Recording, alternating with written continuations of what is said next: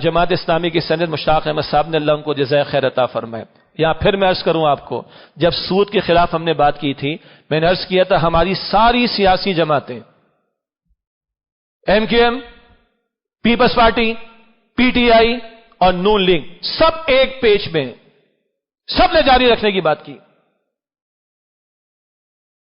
اور جب یہ بے حیائی پر مبنی بل پاس ہوا تو سارے ایک پیج پہ تھے. صرف جماعت اسلامی کے ایک دو لوگوں نے، جو ایک ہی دو تھے، انہوں نے آواز بلند کی. جمعیت علماء اسلام کی خاتون ممبر تھی، انہوں نے بھی اس وقت آواز بلند کی تھی. کوئی سنوائی نہیں، بل پاس ہوا ہے. اور پچھلا حکومت کا دور، پی ٹی آئی کا ریاست مدینہ ریاست مدینہ کا نام لینے والے، کوئی اس میں تبدیلی نہیں کی انہوں نے.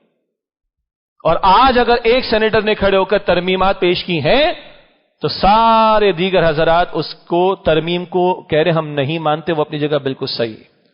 اور اگر یہ جنس بدلتی چلی جائے، مجھے بتائیے کہ شریعت کا جو قانون ہے وراثت کا کہاں لے کے جائیں گے؟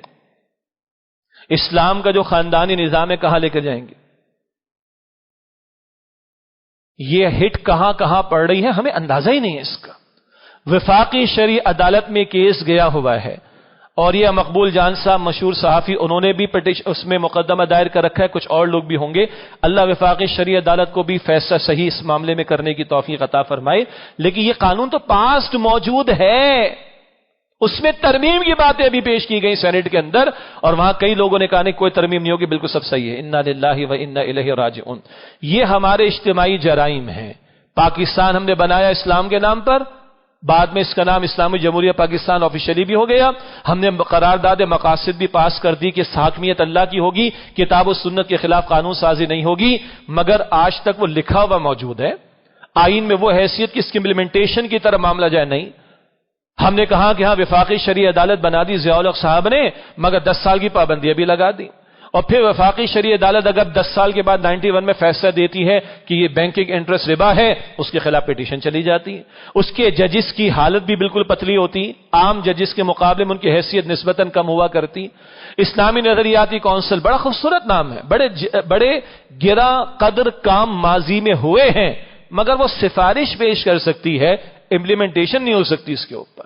یہ منافقت ہے ہمارے. اور ہم نے جو ظلم کیا تھا ماضی میں طالبان افغانستان کے ساتھ، ہم نے ظلم کیا تھا. ہم نے جو ہے وہ امریکہ بدماش کو اپنا ملک حوالے کر کے دیے، اپنے اڈے حوالے کر کے دیے. ایک اسلامی ریاست قائم ہوگی جس کے خاتمے کے لیے ہم نے ظلم یہاں پر کیا تھا. ہم نے کتنے مجاہدین کو گرفتار کر کے ان ظالموں کے خلاف کیا، یہ ہمارا اجتماعی جرم ہے. اور کتنے احکامات شریعت کے جن کی کھلی خلاف ورزی کر رہے ہیں.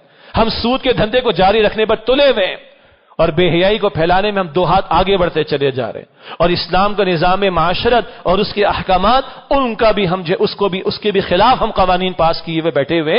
یہ ہمارے اجتماعی جرائم ہیں. نہیں سمجھ آ رہی قوم کو. مولویوں تم ڈراتے بہت ہو. یہ مولوی ڈراتے ہیں، اللہ کا کلام ڈراتا ہے.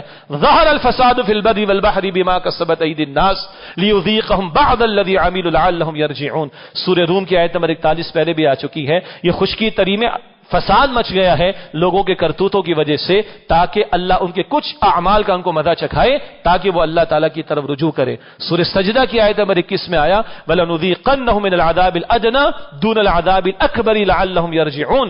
بڑے عذاب سے پہلے چھوٹے چھوٹے عذابوں میں ان کو مبتلا کریں گے تاکہ لوٹیں اللہ سبحانہ و تعالیٰ کی طرف. سورہ نام کی آیت بھی پہلے ذکر کی جا چکی. اللہ سختیوں تکالیف میں مبتلا کرتا ہے لعلہم یضرعون، تاکہ لوگ لوٹیں اللہ کی طرف. اور یاد رکھیے گا جیسے پوری امت کے بارے میں کہا گیا تھا کہ اپنی امت پر قیاس اقوام مغرب سے نہ کر، خاص ترکیب میں قوم رسول ہاشمی. یہ امت ڈیفرنٹ ہے بقیہ لوگوں کے مقابلے میں. یہ کلمہ کو مسلمان ڈیفرنٹ ہے ایک نظریے کی بنیاد پر باقیوں کے مقابلے میں. بالکل اسی طرح ایگزیکٹلی یہ ملک خدا داد پاکستان بقیہ مسلم ممالک سے مختلف ہے.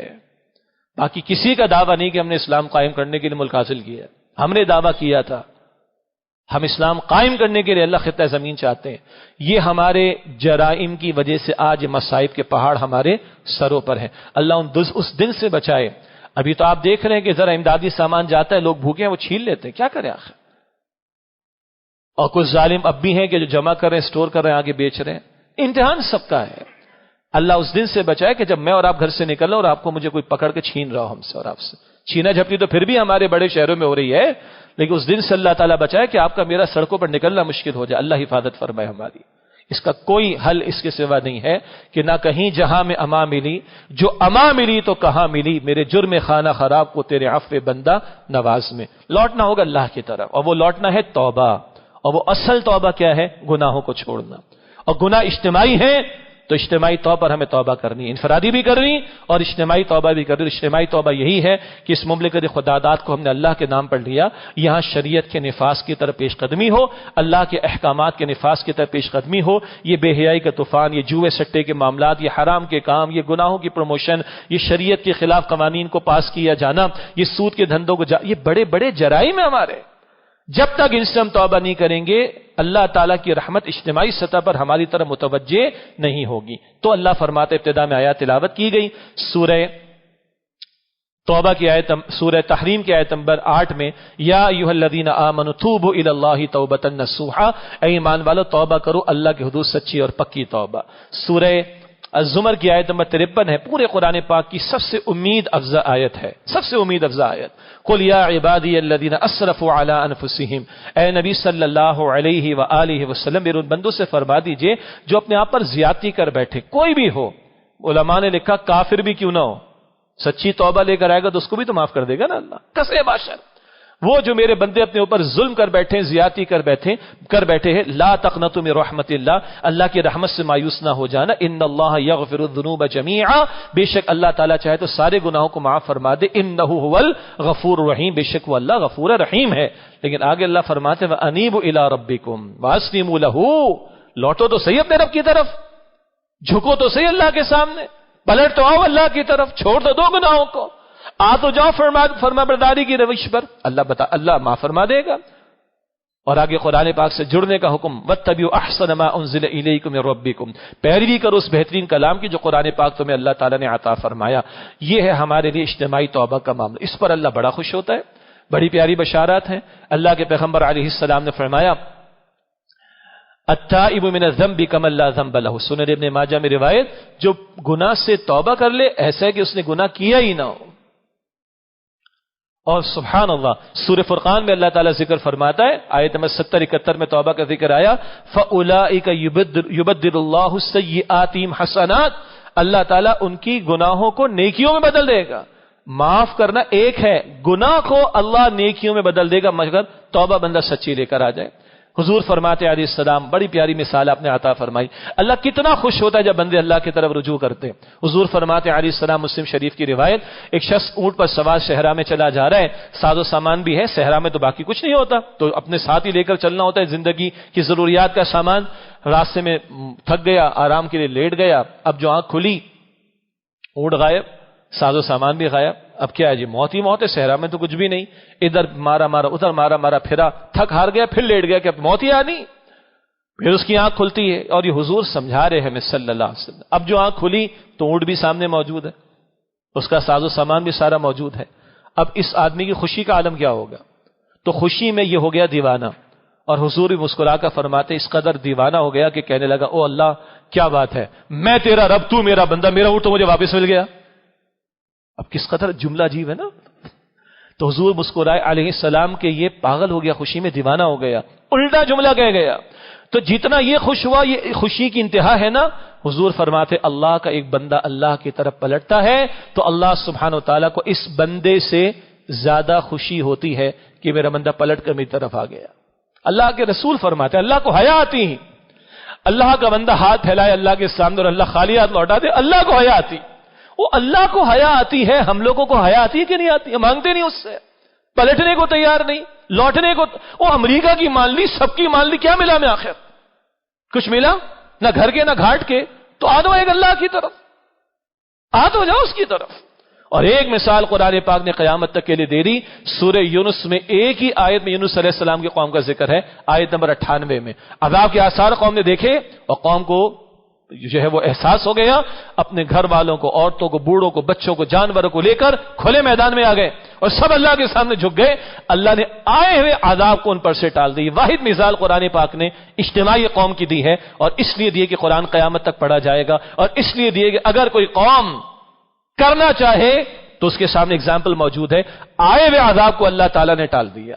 تو ہم تو یہ دعوت دیں گے، لوگ نہ مانے، لوگوں نے نبیوں کی نہیں مانی، ہماری کیا حیثیت ہے؟ ہمارا کام بتانا ہے، سمجھانا ہے، پہنچانا ہے، بلانا ہے، نہ مانے لوگوں کا چوائس. ہم تو اللہ کے سامنے معذرت پیش کریں، اللہ ہم نے تو کوشش کی تھی خود بچنے کی، دوسروں کو سمجھانے کی، لوگ نہ مانے ان کا چوائس. اللہ نے اپنے رسول کو فرما دیا، باقی کسی کی کیا حیثیت ہے صلی اللہ علیہ وسلم. فذکر انما انت مذکر لست علیہم مسیطر. سورہ غاشیہ کے آخر میں نبی صلی اللہ علیہ وسلم آپ تذکیر فرمائیے، نصیحت فرمائیے. آپ نصیحت فرمانے والے، آپ جبر کر کے منوانے والے نہیں. تو جب حضور کے ذمے منوانا نہیں تو باقی کسی خطیب جمعہ، کوئی داعی دین، کسی عام مسلمان امتی جو محنت کر رہے اس کو پریشانی نہیں ہونا چاہیے. اللہ کے رسول کو قرآن پاک کہتا ہے لا تسأل عن اصحاب الجحیم، اے نبی علیہ السلام آپ سے اہل جہنم کے بارے میں سوال نہیں ہوگا، وہ اپنے جواب دیں. تو ہم نے تو اللہ کے سامنے بھائی معذرت پیش کرنی، مالک ہم تو بچنے کی کوشش کر رہے تھے، سمجھانے کی کوشش کر رہے تھے.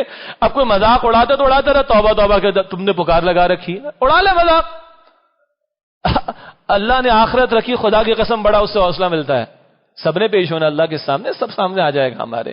تو بہرحال اس قوم پر آج یہ مصائب ہے، یہ مصائب کا معاملہ ہے، یہ ہمارے اجتماعی گناہوں کی وجہ سے. اور سب سے بڑا گناہ میں نے ذکر کیا کہ اللہ کے ساتھ ہم نے غداری کی ہے، ہم نے شریعت سے وفاداری نہیں کی، ہم نے وعدے پورے نہیں کیے. جب تک اس طرف نہیں پلٹیں گے ہمارے معاملات نہیں سدھریں گے. یہی پوری قوم کے لیے ہماری دعوت ہے. اللہ ہمیں، آپ کو، ہم سب کو، ساری اس قوم کو سچی پکی توبہ کی توفیق دے، انفرادی طور پر بھی توفیق دے، اجتماعی طور پر بھی توفیق عطا فرمائے. آمین یا رب العالمین. وآخر